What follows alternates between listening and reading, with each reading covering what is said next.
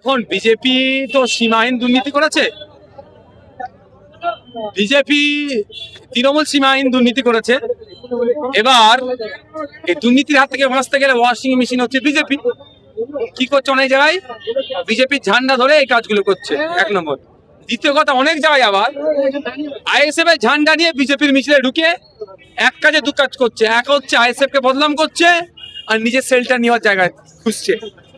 তবে আমরা অত সহজ নয়।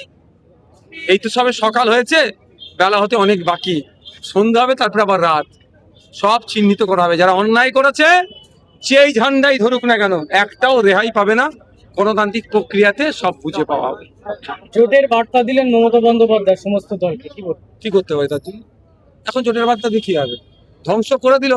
দায়িত্ব যেটা আরএসএস দিয়েছিল মমতা ব্যানার্জিকে, সেটা পালন করে দিল। দায়িত্ব নিয়েছিল তো মমতা ব্যানার্জির দল।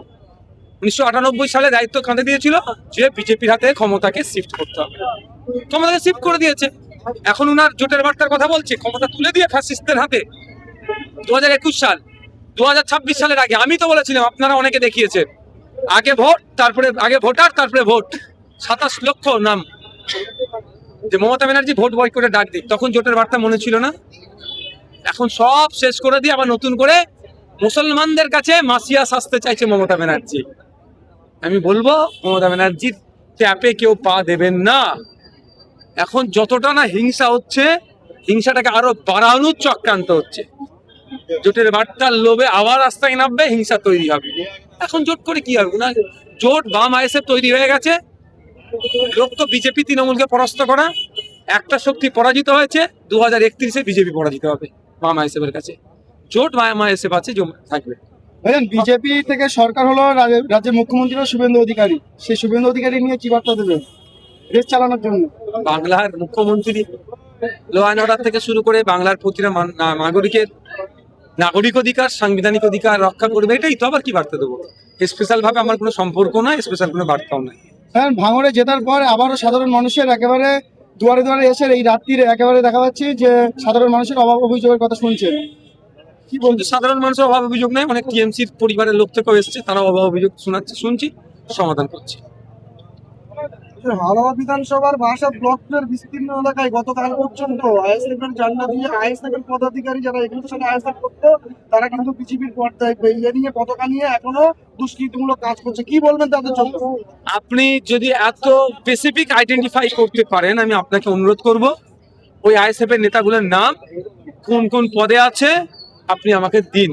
ব্যক্তিগত আপনাকে বলছি, দিন। দেওয়ার 48 ঘন্টার মধ্যে দেখুন আমরা কি ব্যবস্থা করছি। আমি এটা রিকোয়েস্ট করবো, দিন। এইটুকু শুধু বলে রাখছি, আপনি দেবেন প্রুফ, ভিডিও প্রুফ বা স্টিল ছবি দেবেন, শুধু আমরা চেক করে নেবো এটা এআই দিয়ে বানানো কি বানানো নয়।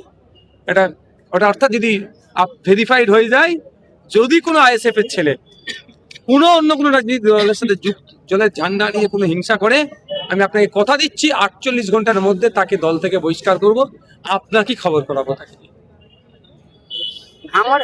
ভাঙড়ে অনেক তৃণমূল নেতারা আপনার পাশে সেলফি তুলতে দেখা যাচ্ছে, তাদের কি পরবর্তীকালে আইএসএফ এ জয়েন করানো হবে? কি বার্তা সাধারণ মানুষের মুখে একটাই ঘোরাঘুরি করছে, কারণ শওকত ঘনিষ্ঠ তারা ছিল ভোটের আগে। যার যে ঘনিষ্ঠ আছে ছিল, থাকবে, সেটা বলতে পারছি না। আমার সাথে যে হাজারো মানুষ নয়, লাখো মানুষ ছবি দিলে, যেখানে যাই সেখানে ছবি দিলে, এটা নিয়ে কাউকে ভেঙে পড়তে হবে না। এতটুকুই কথা বলবো, ভাঙড় চলবে ভাঙড়ের মানুষের মতামতের ভিত্তিতে।